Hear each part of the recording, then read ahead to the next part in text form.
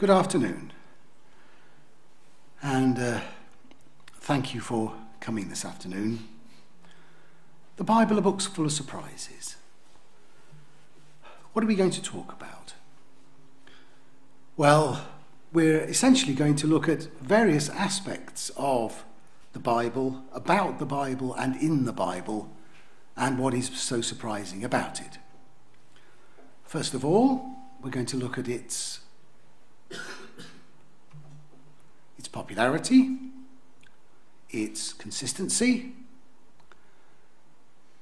and we'll say a bit more about this when we get to it, that it actually, unlike almost any other book, tells it like it is.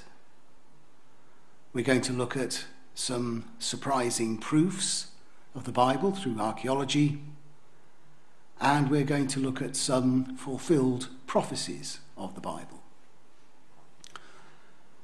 And we're also going to intersperse those five threads, if you like, with a sprinkle of other, at least hopefully interesting, if not otherwise surprising, Bible facts. So let's start with just a few of those surprising Bible facts. There isn't any specific message in these sprinkles of Bible facts, other than hopefully you will find them, as I say, at least slightly interesting and probably mildly surprising.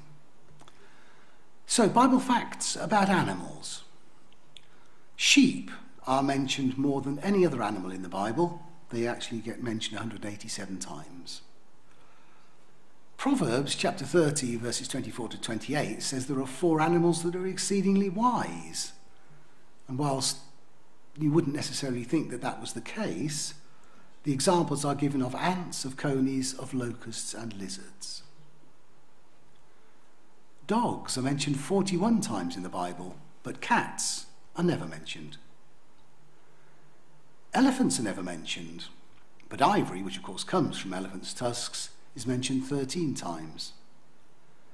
Horses are mentioned 156 times, and 33 different types of birds are mentioned. And just while we're on animals, lions. The Bible records lions killing people 4 times. But the Bible also mentions 3 people who kill lions. So that's 4-3 to the lions, I think. On to some actual surprising things about the Bible now. First of all, the popularity of the Bible. It may or may not be a surprise to you that the Bible has for many years and still is the worldwide bestseller, by far.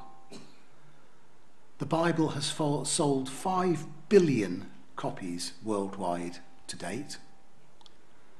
And just to show you by way of contrast, the next bestseller, possibly not a surprise, is the Quran, but that's only sold 800 million copies, 6 times fewer.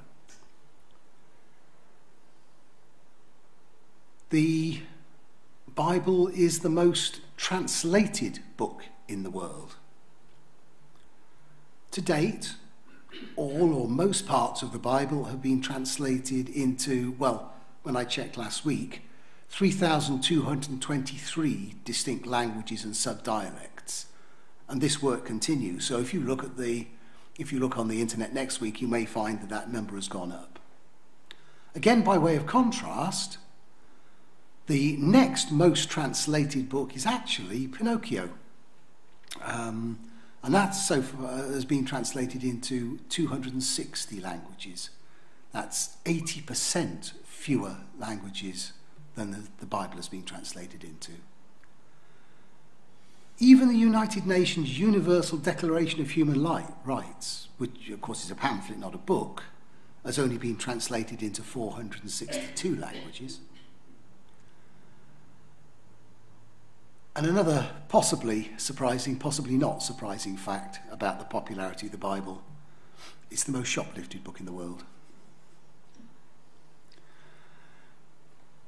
Another one of those just quick, surprising Bible facts, this time about people. There was a lady named Noah, that's in addition to the man named Noah. Manasseh was the longest reigning king at 55 years. And in contrast, Zimri was the shortest reigning king, just 7 days. Lawyers are mentioned 8 times in the Bible, but only one, Zenas, is mentioned by name, and that's in Titus chapter 3 and verse 13. Jeremiah is the only man recorded that God would allow not to get married. Only 2 people are recorded as being embalmed. That's Jacob and Joseph. And the most used name in the Bible is Jonathan. There are 14 different Jonathans mentioned. Now on to our second, more serious strand. The Bible is remarkably surprising in terms of its consistency. The Bible was written over a period of probably at least 1,600 years by more than 40 different people. And the time of that writing spans from 1500 BC to about 100 AD. The occupations of these writers include kings, political leaders, army generals, prophets, priests, musicians, fishermen, a herdsman, a tax collector, a tent maker, and a doctor. Now, all of these writers claim to have been inspired by God to write down what they wrote. And the Bible itself claims to be consistent. Just a couple of short quotes. First, a quote from Malachi chapter 3 and verse 6. For I am the Lord, I do not change.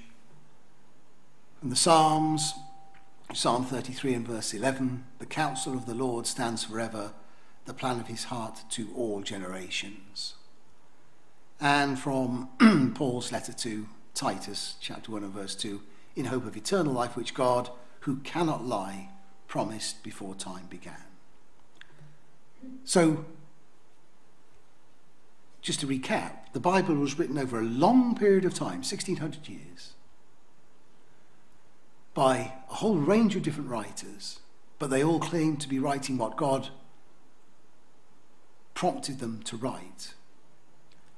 And the Bible itself, God proclaims, is consistent right the way across time. Well, how does that stand up? Well, the easiest way and the best way of looking at that is to compare it with other ancient texts. If you look at something like Homer's Iliad, there are about 640 known ancient copies. And as far as we know, it was written by one author, Homer. And there is about, it's quite impressive, 95% consistency between those 640 known copies. But here's the comparison. The Greek New Testament, of which there are in excess of 6,000 copies, and of those 40 writers, 40 plus writers of the Bible, 9 or 10 of them were authors of the New Testament. Not 95% consistent, but 99.5% consistency between these huge range of copies. It's almost as if you would think that God was, guiding men and women through the ages to ensure that his word remained consistent, which of course he has. And then, of course, there's the issue of the consistency of the Bible message itself. Well, if we look at a quote from the first book of the Bible, the book of Genesis, we read this. This is God talking to the man Abraham, and he says, I will make your descendants multiply as the stars of heaven, I will give to your descendants all these lands, and he's talking about the lands of Israel, and in your seed all nations of the earth shall be blessed. And that's right back, as I say, in the first book of the Bible, the book of Genesis. Now come to one of the later writings in the New Testament, thousands of years later. And Paul, writing to the Galatians, says in chapter 3 and verse 8, the scripture, foreseeing that God would justify the Gentiles by faith, preached the gospel to Abraham beforehand, saying, in you all the nations shall be blessed, which is exactly what God, of course, did say to Abraham those thousands of years earlier. Okay. So we have a consistent message running right the way through ancient times with Abraham through to early New Testament times, Paul writing to the Galatians.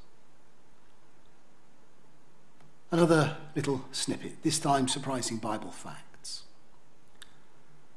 The only boat mentioned by name in the Bible is the Castor and Pollux, and that's in the Acts of the Apostles, chapter 28 and verse 11. Deuteronomy 3 and verse 11 tells us that Og, the king of Bashan, had a bed made of iron that was 13 feet long and 6 feet wide.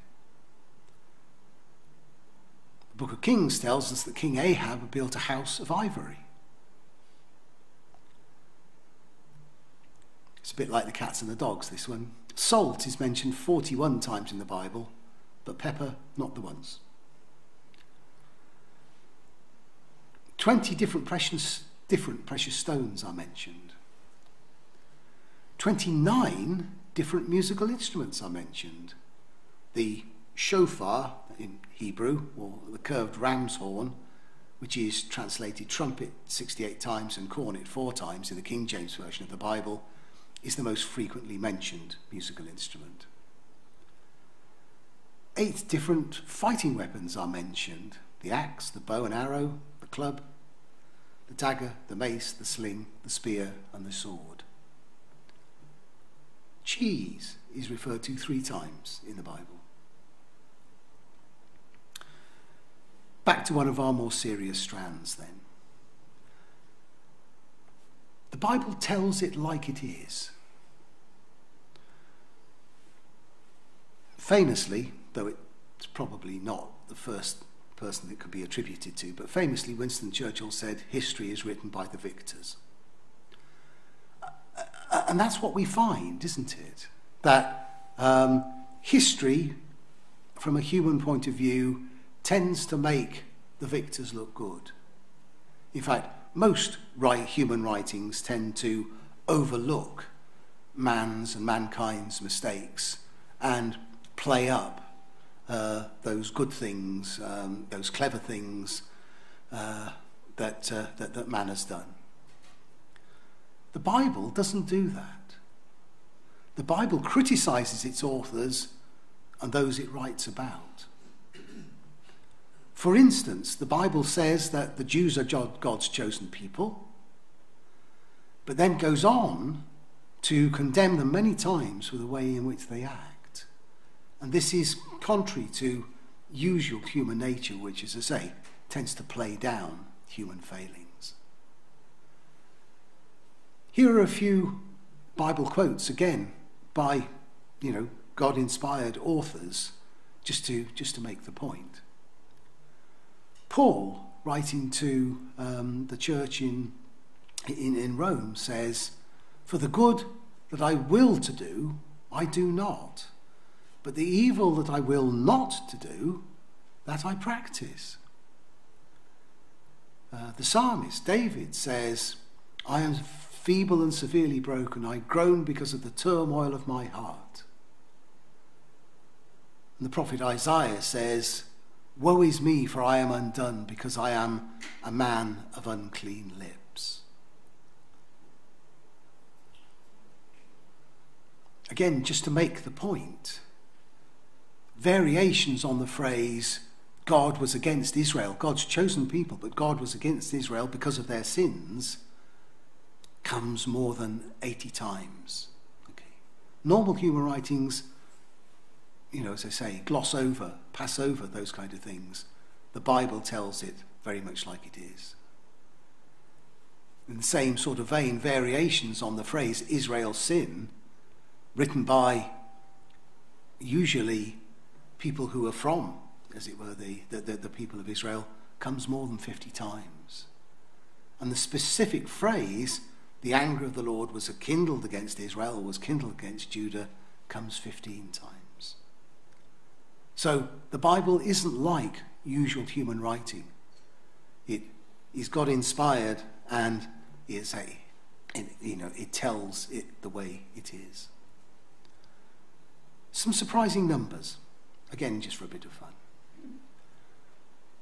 The word faith is used 245 times in the New Testament, but only 2 times in the Old Testament. David is mentioned 1,139 times in the Bible, second only to Jesus. Sarah is the most mentioned woman at 59 times, and Rachel, Sarah's granddaughter, is the second most frequently mentioned at 47 times. Isaiah, in the Greek, often translated Isaias, is quoted by name 21 times in the New Testament, the most Old Testament writer quoted, other than David. There are 613 articles in the Law of Moses. Only 3 people in the Bible have names beginning with an F: Felix, Fortunus, and Festus. Jesus calls himself the Son of Man 79 times in the Gospels. And the Psalms mention the heart 122 times. Angels are mentioned in 34 of the 66 books of the Bible. Now back to one of our more serious strands. Surprising archaeological truth about the Bible. The Bible often refers to Assyria and its capital Nineveh. But from ancient times up until really comparatively recently, no evidence could be found for it. To the extent that many people, even Bible scholars, didn't actually believe that Assyria and the city of Nineveh were real places, because nobody knew where they were and they couldn't find it. Okay, and basically they were disbelieving the Bible. But then, in 1842, the remains of Nineveh were found, most notably through the excavations of a man called Austin Henry Layard, a British archaeologist. And the remains of Nineveh have become one of the most sensational archaeological revelations of modern times.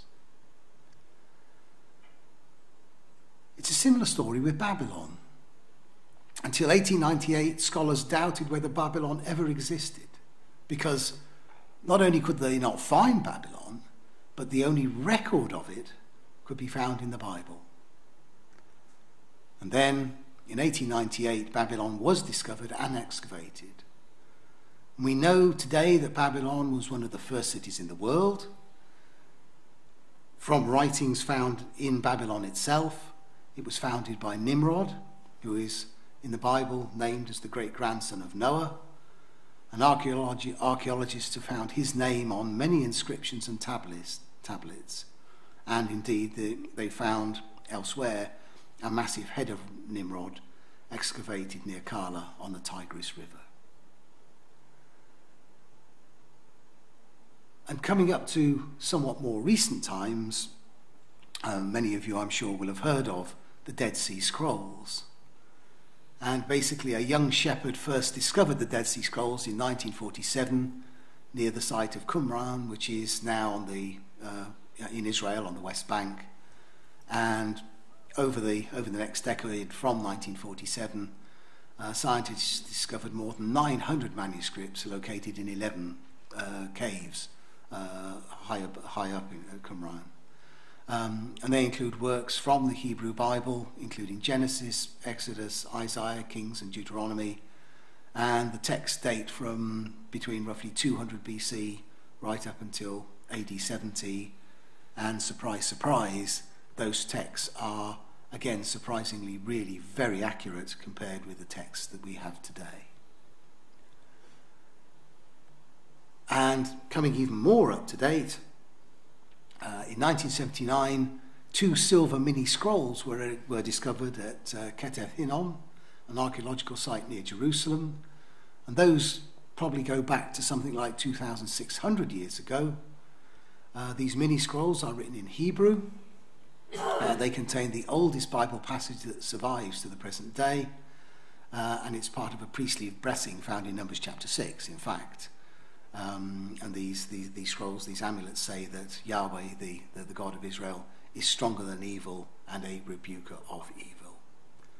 So there are very many archaeological findings and archaeological proofs that actually show the Bible's authenticity, both in terms of what it talks about, ancient civilizations and ancient cities like Assyria and Babylon and so on and so forth, but also those archaeological finds show that the biblical text, going back thousands of years, is indeed entirely accurate.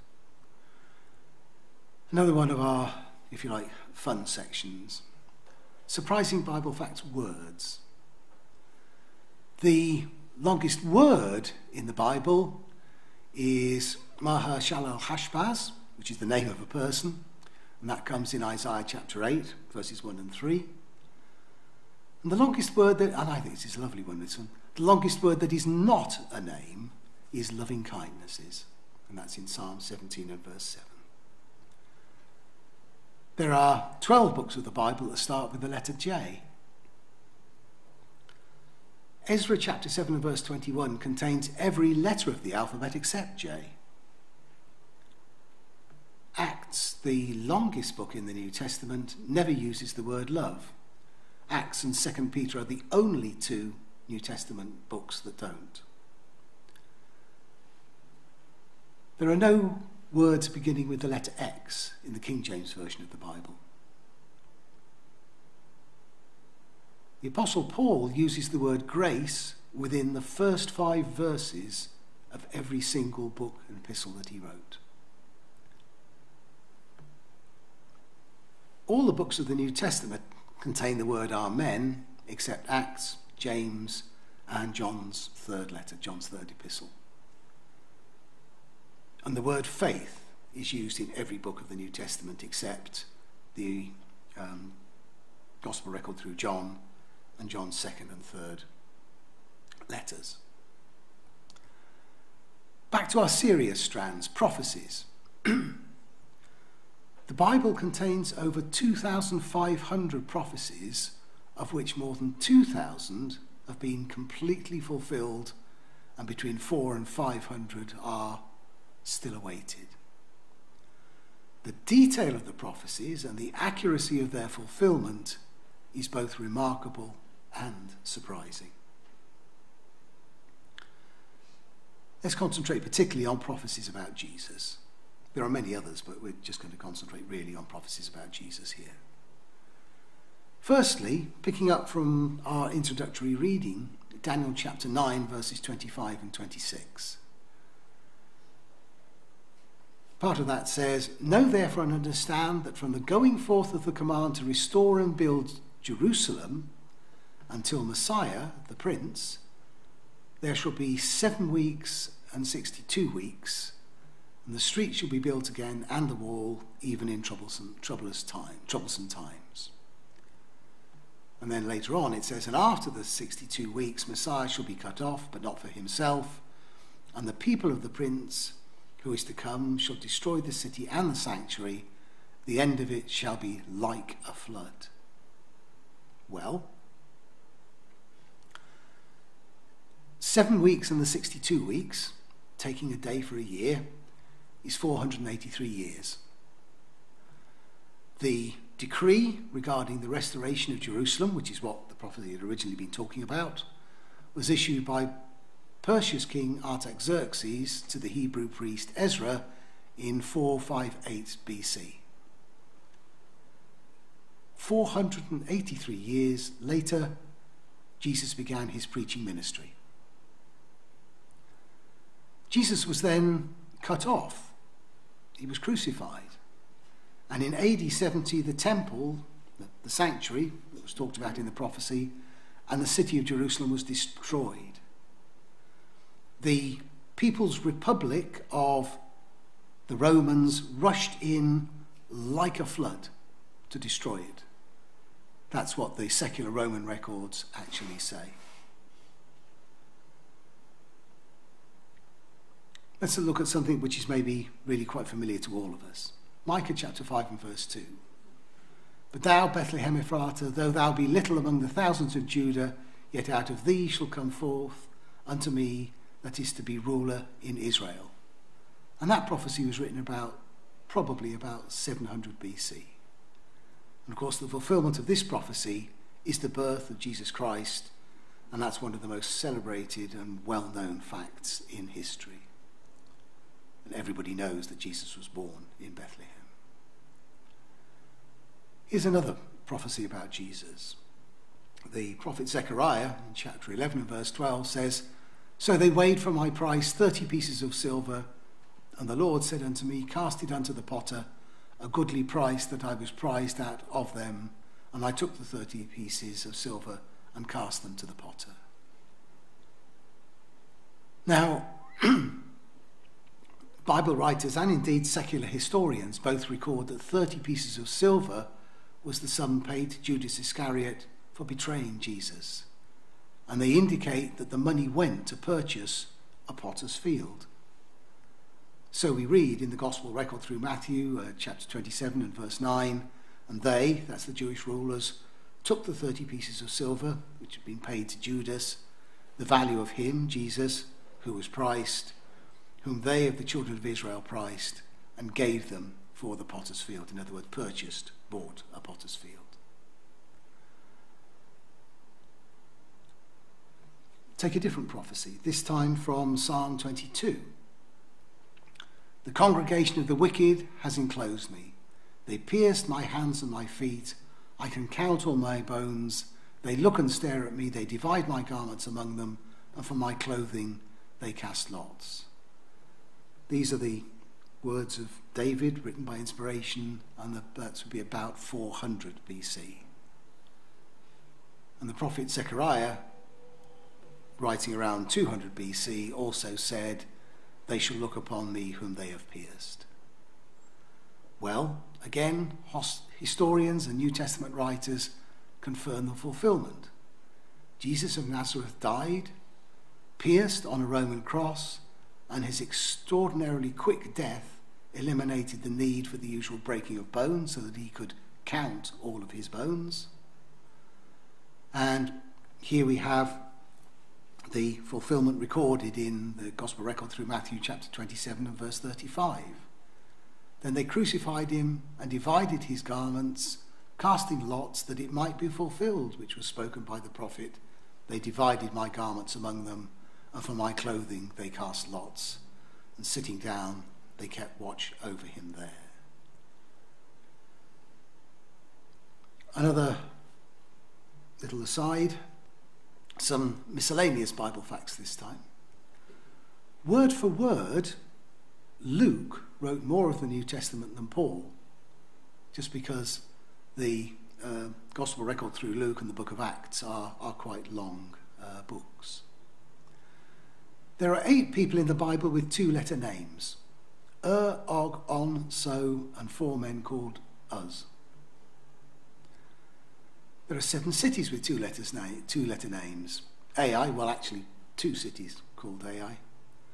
Ar, No, On, and Uz. There's also an altar called Ed, and a man whose name was Hen. Every book of the New Testament uses the word grace except Matthew, Mark, and John's first and third letters. And the phrase "it is written," referring of course to the Old Testament scriptures, occurs 63 times in the New Testament. So, we are nearly done. Thank you for listening. Goodbye. or nearly. Maybe one last slightly surprising fact. The word goodbye is actually a contraction of the phrase, God be with ye. The Bible is both surprising and amazing, and I would urge you to read it. Thank you for listening.